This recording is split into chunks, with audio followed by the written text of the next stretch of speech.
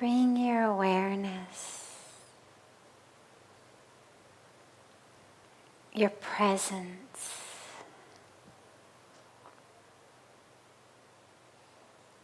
your full attention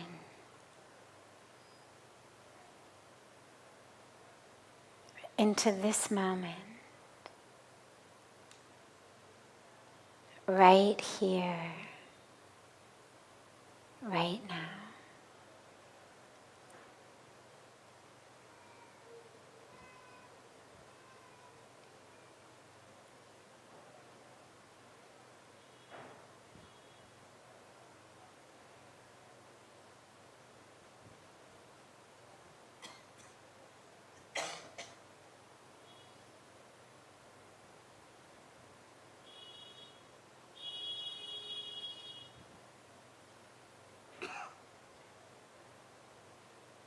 And just allow the awareness to merge with your breath.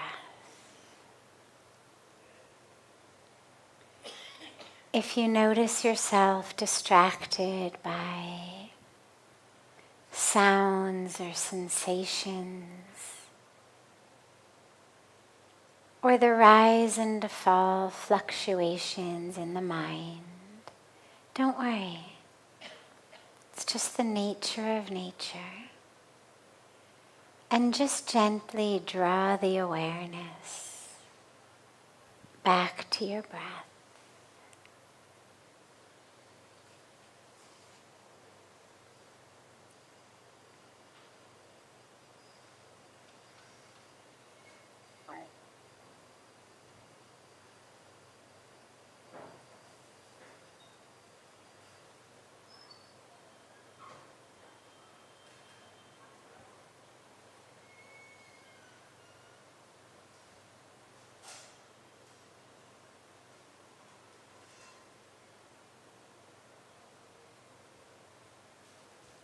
You can add a gentle mantra to it if you like, if you notice that the mind is still wandering.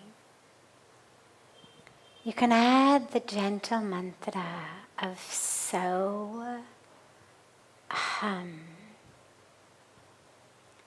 It means I am that. I am that. I am the universe.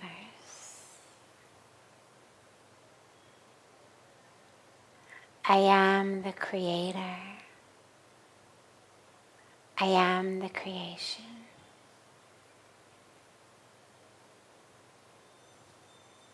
I am all.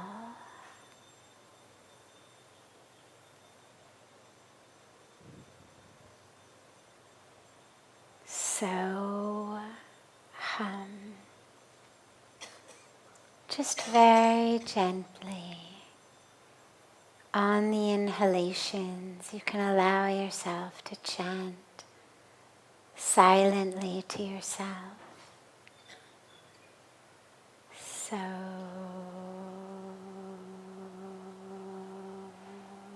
as you inhale,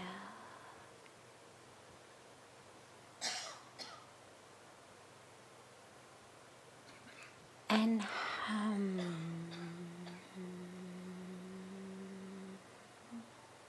on the exhalations.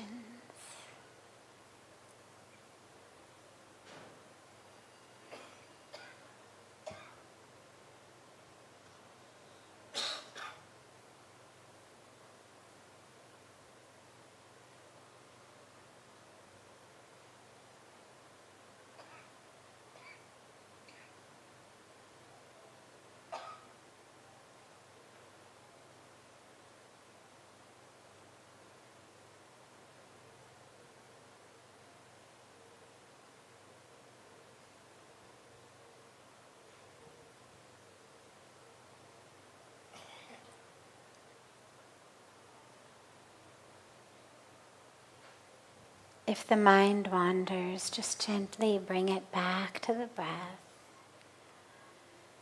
and back to the chanting of that. foundational mantra. So I am the universe. I am one with all. I am that.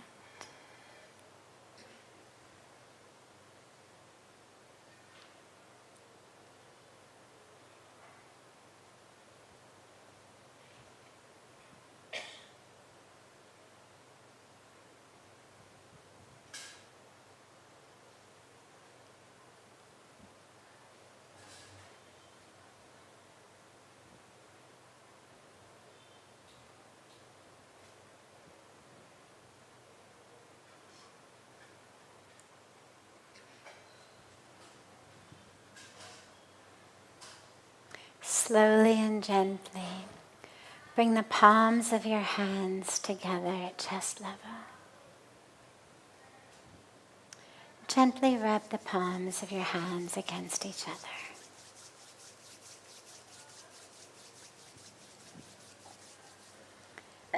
And press the palms into your closed eyes.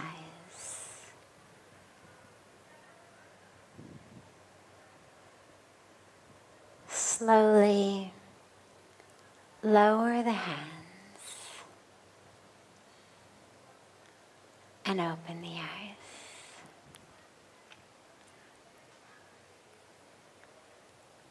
Welcome to Satsang.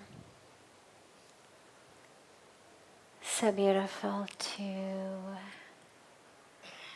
to be together.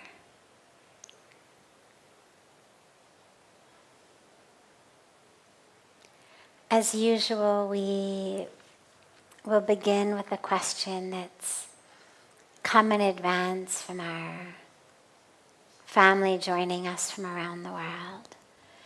And then we'll take any questions that anyone here might have.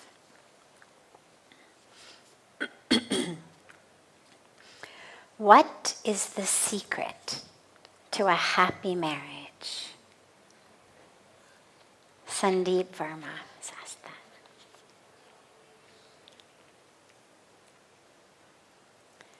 So it's funny because my dad is actually a divorce attorney.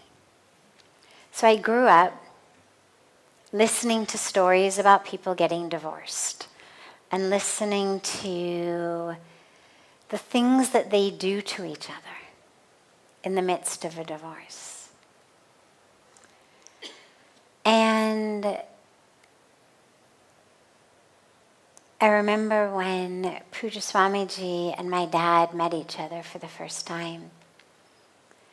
And my dad was talking a bit about what he did, and Pujya Swamiji asked him what his success rate was. And my dad said, 100% success rate. Everybody who comes to me, they get divorced. Swamiji looked confused and he said, but I have 100% success rate. He said, nobody who comes to me gets divorced. Everybody who comes to me stays married. So when you're a divorce attorney, 100% success means everyone who comes gets divorced. When you're a spiritual leader, 100% success rate is everyone who comes to you stays married. But there's one point that I've heard them both say. Different ways, different languages, but the exact same teachings. So it's the secret to a happy marriage coming from not only my dad, who's been happily married to my mom for many decades, but also from my guru, who, while never married and celibate his entire life and never having even lived in a home where people were married since he left his home at 8, but with that just divine awareness and intuition, the answers came pretty much to the same way. And The way my dad tells it is he says, you've only got one choice to make in a marriage. One choice. The choice is, do you want to be right or do you want to be married? It's your only decision. Would you like to be right or would you like to be married? Because you cannot be both. And if you're committed to being right, you're not going to be married. Or in India, where people don't get divorced so much, you at least won't be happily married. So you may stay together, but you're not going to be happy. When we make being right the main thing, then we give up being happy. We give up being peaceful. And Pujya Swamiji gives it in a simple mantra that I've heard him give at many, many weddings. He says the mantra to a happy marriage is, okay, honey. Okay, honey. So the same teaching. Okay, honey. It doesn't mean that you become a pushover. It doesn't mean you become a doormat. It doesn't mean that you completely abdicate any sort of sense of autonomy or agency or self. It doesn't mean that. But it means that you're actually very conscious and very strong. People make a very big mistake. I was speaking in the Ganga Arati this evening about the importance of surrender. And a lot of people think that surrender is weak. That surrender is what you do when you have no other option. You're losing, and so you throw in the towel, right? I mean, we wave the white flag out. Okay, you're killing us. White flag, don't kill us anymore, we're done. That's how a lot of us associate surrender, as it's a sign of weakness, a sign that I'm losing, a sign that I have no other option. But surrender actually can also be a very, very powerful decision from a place of strength that says, I've got a choice here. And I'm going to God's will or not aligned with God's will. But in our marriage, we have a choice that says, I can fight to get my way. I can fight to prove, I can fight to be right.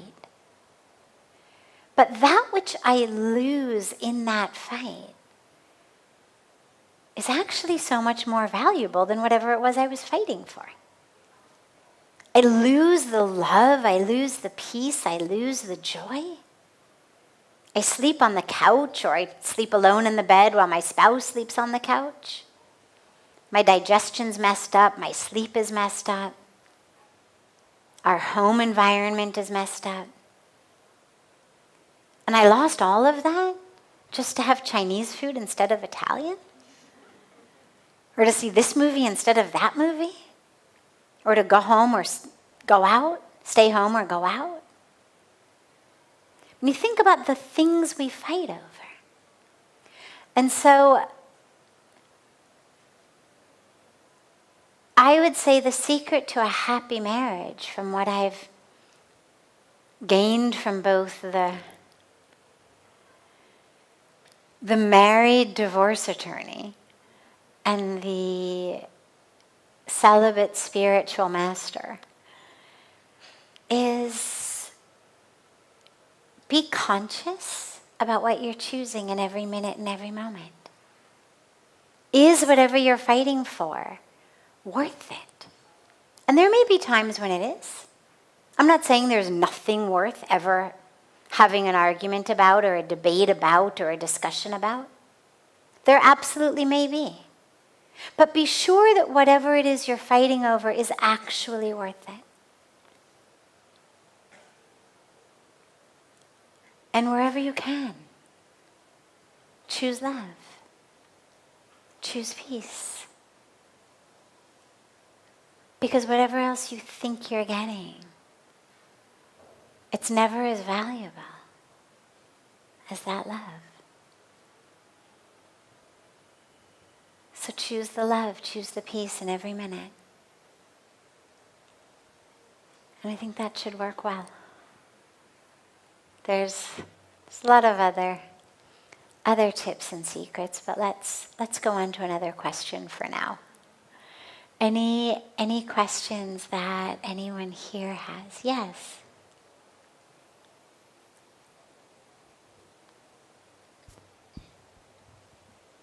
Hi, thank you. Sure. I have a question regarding surrender, and also from yesterday's satsang when you talked about convincing the mind. The question is more that there's the rational mind, but there's also the limbic emotional nervous system. Mm-hmm. And I think to do full surrender, I'm imagining it takes a lot of trust, right? And in order to get to that trust, it needs to overcome a lot of fear. Yes. And for me, for example, the fear is in the nervous system. It's not an intellectual thing. Intellectually, I 100% agree with what you're saying. But how do you sort of, I don't know if you have personal experience with this, but get over the fear in the nervous system? Great. So she said, a lot of us have fear that keeps us from surrendering, that keeps us from trusting. And that fear isn't necessarily so rational. It's there in our limbic system, in a much more basic and early part of our brain, not the later developed cerebral cortex where we hopefully are somewhat more rational and evolved.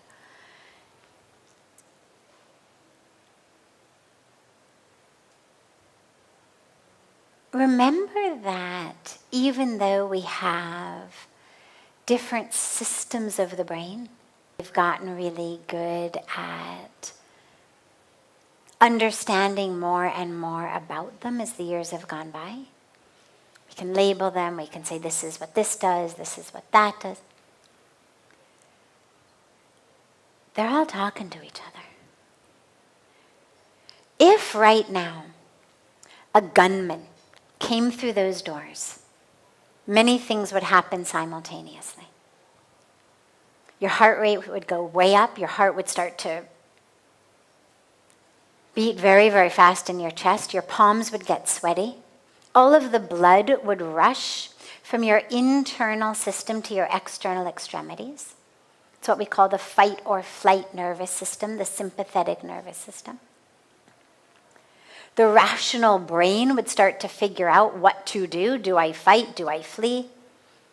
Do I hide behind a speaker? Do I run inside? Do I pick up the fan and throw it at him? I mean, what do I do?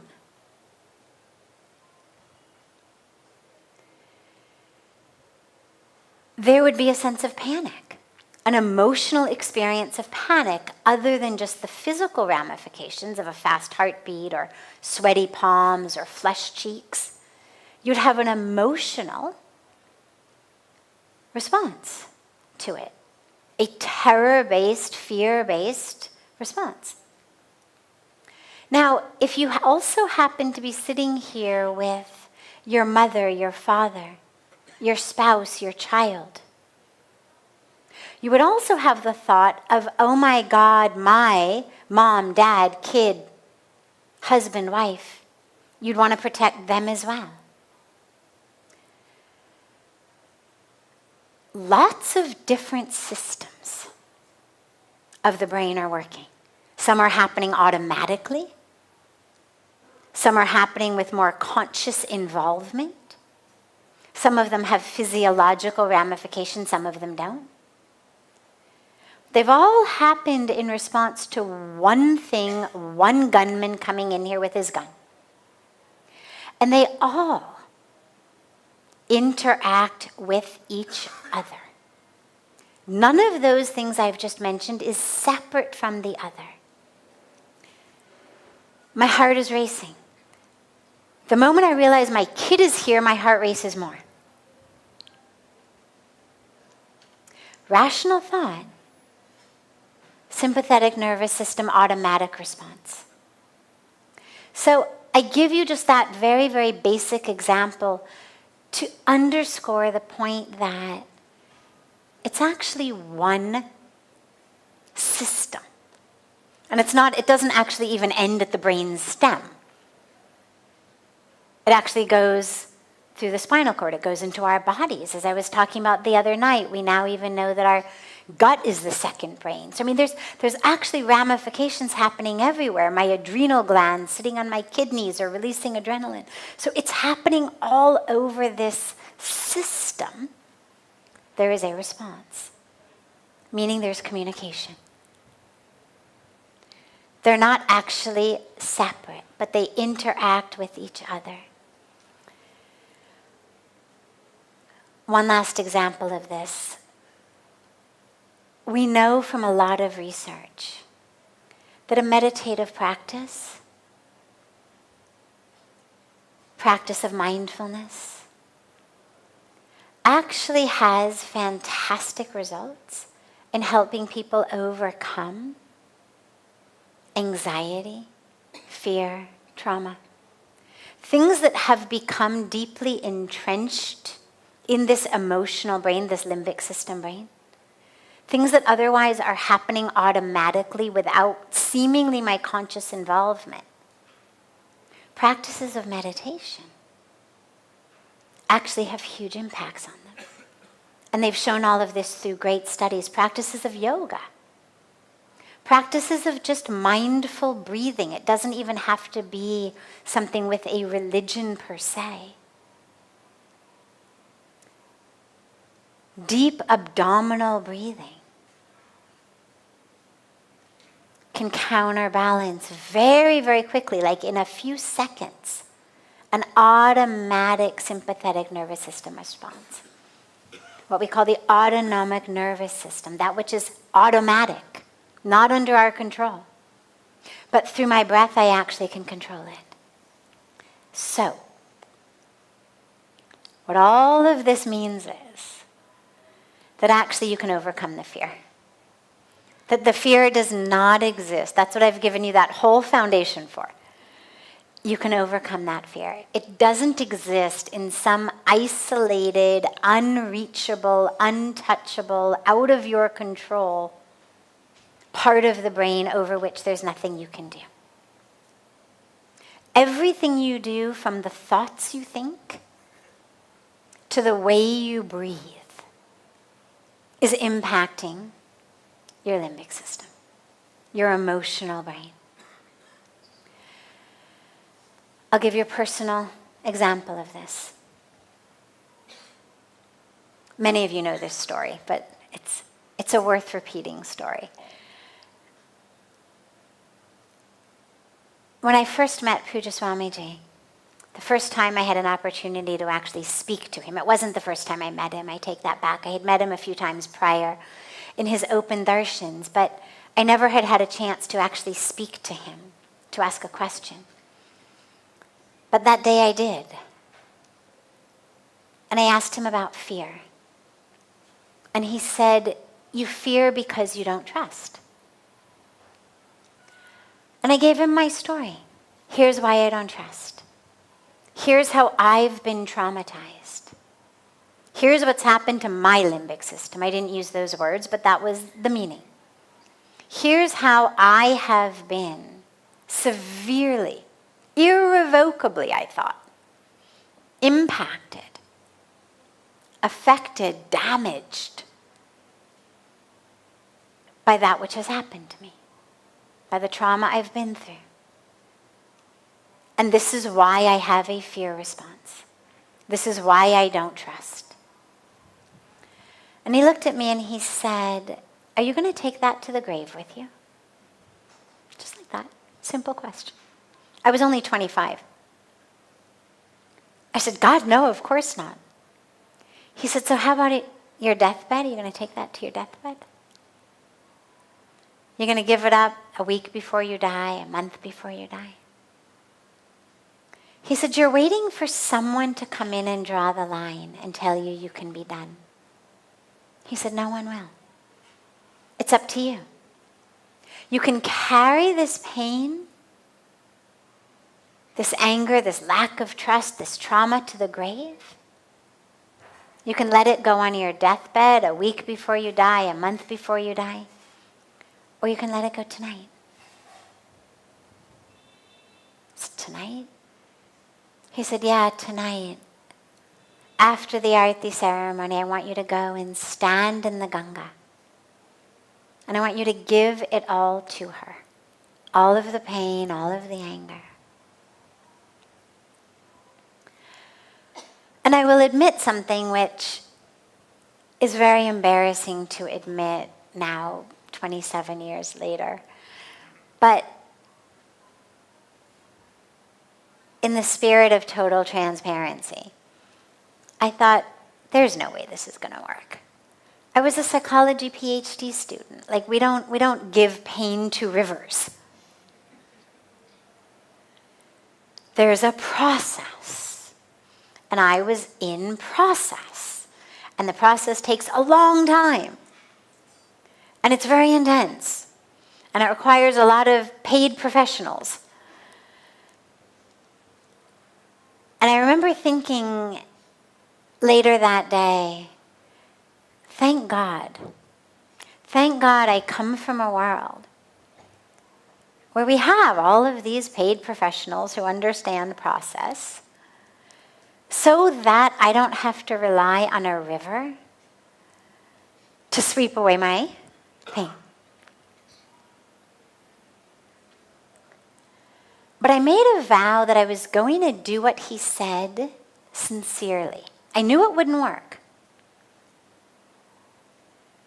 But out of reverence for the fact that the being who gave me this instruction is one of the most revered spiritual masters in the world, that at least I would stop being disrespectful and mocking and all of this in my mind that I had been that afternoon. Not of him, but of the idea that a river actually could sweep away one's pain. That I was going to be sincere, I was going to be respectful. I was going to do what he had said.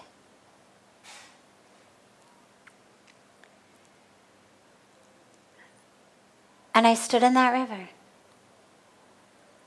And I prayed and cried and prayed and cried and dug within me for every memory, every image, every thought, everything that filled me with pain, with fear, with anger, that sent me into my addiction, that sent me into depression, that sent me into all of that I was struggling with. And I called it all forth. I thought, all right, take it. And what I can tell you 27 years later is it worked. The first few months and even the first few years, I kept sort of waiting. There was a part of my overly indoctrinated brain that thought, it's not really gone, it's going to come back. But here I am 27 years later. Hasn't come back yet. She took it. And I share this with you because we're really indoctrinated by well-meaning,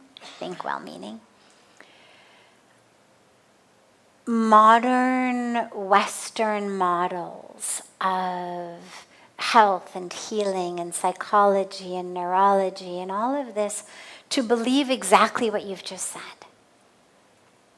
And to believe exactly what I thought. But it isn't really true. Now, that being said, your conscious brain can't simply turn to your limbic system and say, don't be afraid.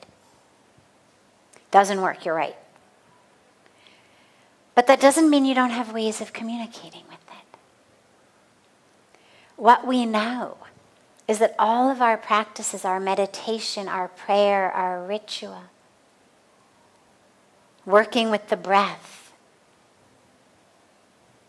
all of these things actually are ways of connecting with that subconscious and unconscious parts of our mind that the conscious mind can't simply turn to and tell what to do. We also know the power of repetition mantra, affirmation, truth.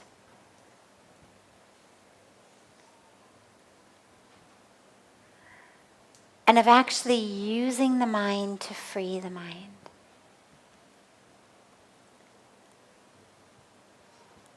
And the last piece that I would share with you about this is you, like I, fear because you don't trust. And I know from looking at you that the reason you don't trust is going to be a good reason. Like I had a good reason. We all have good reasons. And that you can let that go. That it doesn't actually have to define you for the rest of your life. And that you do have a power to change that. That whatever it is that has been done to you, that has happened to you, does not mean that the universe is not a safe place. It doesn't mean that the divine is not safe. It means that for whatever reason you needed to have that experience to learn what you needed to learn. And in my case, while I certainly never would wish upon someone what I had gone through, nor would I wish to experience it again, I'm really deeply grateful for it. Deeply. Because through having experienced all of that trauma, I've actually become who I am. Every other experience that I had came out of that. My ability to understand, to share, to teach, to give is rooted out of knowing those dark places, of having been there, knowing them very up close and personal. And it doesn't have to define you. And the universe is still a very safe place. You know, a beautiful practice is just to learn. Just imagine yourself doing a trust fall into the universe, you know, like we do in school or team building retreats and corporate retreats where they have you kind of fall back into the arms of someone standing behind you, right? We do these trust falls and they put one person behind you. And so frequently the person standing behind you is a stranger or an enemy or the schoolyard bully. But we always drop back. We know that no matter how much of a bully that kid is, or no matter how much of an enemy or a competitor in the office that person is, or no matter how much of a stranger that person is, they're not going to let me crash into the floor. They're going to catch me when I fall back into their arms. And just practice your trust fall in the universe. Lie down in the grass. Just lie in the grass. Just put your arms in the grass. Does the earth hold you? Do you fall or are you supported?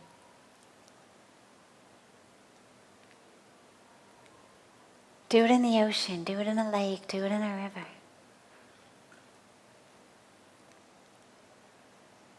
Are you supported? Are you held? Is the universe there for you? And then slowly, slowly, slowly, just take steps of trust. Trust someone new every day. Depend on someone new every day in a new way. It doesn't mean people aren't going to let you down. They will. But that core fear will slowly, slowly, slowly dissipate. As you realize that you can put one foot in front of the other in the world and be held and be safe. And hold yourself. Every morning when you wake up and every night before you go to sleep, hold yourself. I got you. I got you. I'm here. I mean, why are you any less of a worthy person to depend on, to have faith in? Others have faith in you. Others trust you. I can tell from looking at you, you're a very trustworthy person. So give that to yourself. Tell yourself every day, I'm here, I gotcha. I gotcha. And then you're going to find yourself being able to slowly, slowly start to exhale. Surrender. And the last bit of this, from more of a kind of Gyan Yoga, a wisdom path, is ask yourself, what alternative do I have? I mean, if God really were prepared to change the universe based on whether we wanted it or didn't want it or surrendered or didn't, well, then it might be worth, all right, do I want to surrender, do I not? My will, your will, I don't know. But God doesn't change God's will based on what we want. Summer doesn't not become winter because you were happy in a bikini.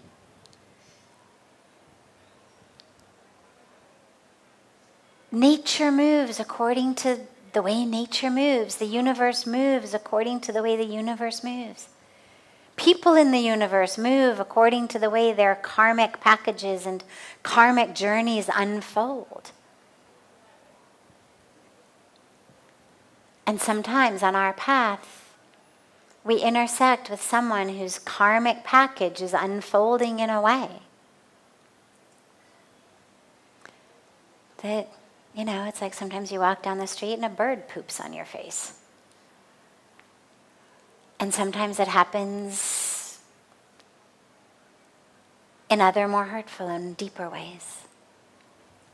But all of them have one thing in common, which is they're all just my karmic journey intersecting someone else's at a time in which the bird had to poop, and this person was responding to their world with anger, with violence, with fear, with confusion, with greed, with lust, with illusion, with ignorance, with ego, with whatever it was.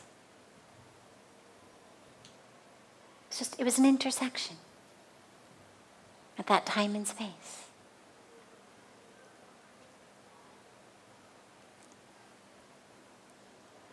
And you clean it off, your face or your heart, depending on which the situation may be. And you move back out into the world. And it doesn't mean a bird's never going to poop on you again.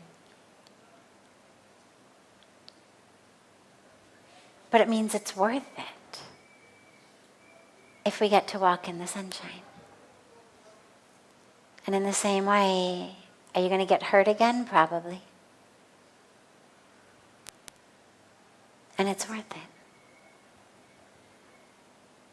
To be able to fully embody, embrace this experience of being spiritual beings in human bodies. Okay? Yeah.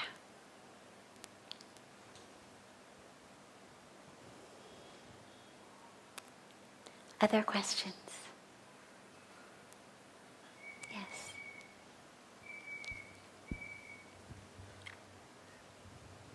Respectfully, I ask you, so many religions in the world, how we believe God is one? I'm sorry, say the beginning part. I want to ask, so many religions in the world. So many religions, But how we believe God is one? So many religions, and how do we believe that God is only one?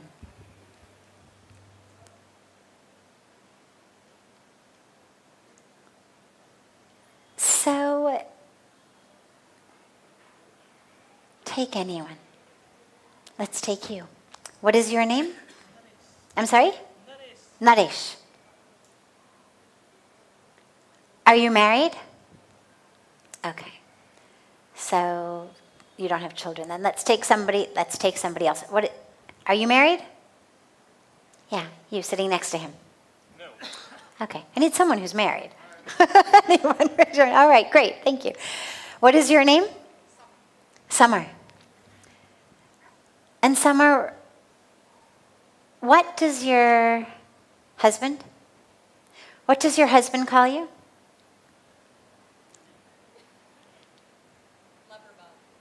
Loverbug. There you go, Loverbug. Summer, do you have kids? Great. And what do your kids call you? Jom. Okay, great. Now, her kids may at some point in their life also call her mom or mommy or mama. Her husband may, in addition to Loverbug, also sometimes say darling or honey or sweetheart or...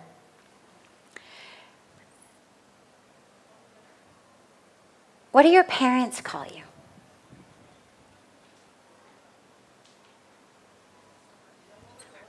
Summer.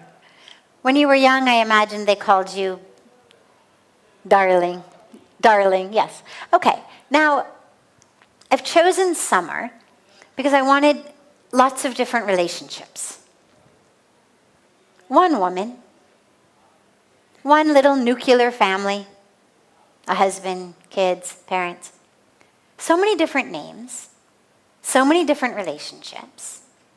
And that's just her nuclear family. I haven't even started asking her about like what people at her work might call her, what her friends might call her, what her friends while she was growing up called her. I mean, we could do this for a long time, and we'd come up with lots of different relationships, lots of different names, lots of different ways of connecting. One woman. Now, religions are in a way different ways of having a relationship with the same God. Now, another way, another example, your name is Naresh. So, let's say that I love you. Okay. Now, for me, the eyes are the most important. And so when I talk to my friends or my family about you, I'm going to say, oh, I love Naresh. He has the most beautiful eyes. And in his eyes, I see my soul. And if I were an artist, I would paint pictures of eyes. If I were a poet, I would write poems about eyes. Now, someone else loves you, but they're more of a hand person. They like to hold hands. So they tell their friends, oh, Naresh has got these great hands. They're soft, but they're strong. They're going to paint pictures of hands and write poems about hands. Someone else needs a shoulder to cry on. They're going through a hard time, and they love you. And they put their head on your shoulder, and they cry on your shoulder. And they tell everyone they know about what a beautiful shoulder you have, and it's so soft but firm and wide. And they're going to paint pictures of shoulders and write poems about shoulders. Now that's all great, because we all know each other. We love one man. He has eyes, he has shoulders, he has hands. The problem comes a few thousand years down the line, or hundreds of years down the line, when my descendants, my followers, think that Naresh is eyes. And somebody else's descendants think that Naresh is hands. And somebody else's followers think that Naresh is shoulders. And now we start killing each other. You see the absurdity of it. Now, he doesn't mind. I can love his eyes, somebody loves his hands, somebody loves his shoulders, somebody sits in his lap. I didn't ask Summer how many kids she has, but if she has 10 kids, let's say, I assume you don't, but let's say she did, and every one of them called her something different. And every one of them interacted with her in different ways. She's not going to love one more than the other. She loves them all. She understands these are all just all of my different children's ways of interacting with me. I'm mom. I can be everything to any of them. It's fine. You like to hang on my neck. You like to sit on my lap. You like to braid my hair. It's okay. It's all good. I'm mom. I can be that for everyone. So if one mom can do that, can't God do that? God is there. Krishna Bhagavan tells us in the Gita, however the devotee worships me, in whatever way the devotee worships me, I appear to the devotee in that form. Pick a name, pick a form, pick a way, no name, no form, doesn't matter. He says, I will appear to you in that way. Doesn't matter. God is infinite. An infinite number of ways to understand God, to connect with God, to call upon God. But if a mother doesn't even mind, why would God mind? But lastly, I'll tell you one other piece. We don't actually believe that there's just one God, like sitting somewhere, which cloud is God on? It's not that. We actually believe there's nothing but God, which is different than just one God. We believe there is nothing but God. You want to worship God in that tree? Go right ahead. You want to worship God in your grandmother? Go right ahead. Because there is nothing but God. And when you realize that, then there can be so many more religions. How many do we have? 5, 6, 7 major religions of the world? Theoretically, there could be an infinite number of them. Because God can be known in infinite ways. Okay? Beautiful. Have a beautiful rest of your evening. And a beautiful morning and day to our family joining from across the world. And so much love to all of you.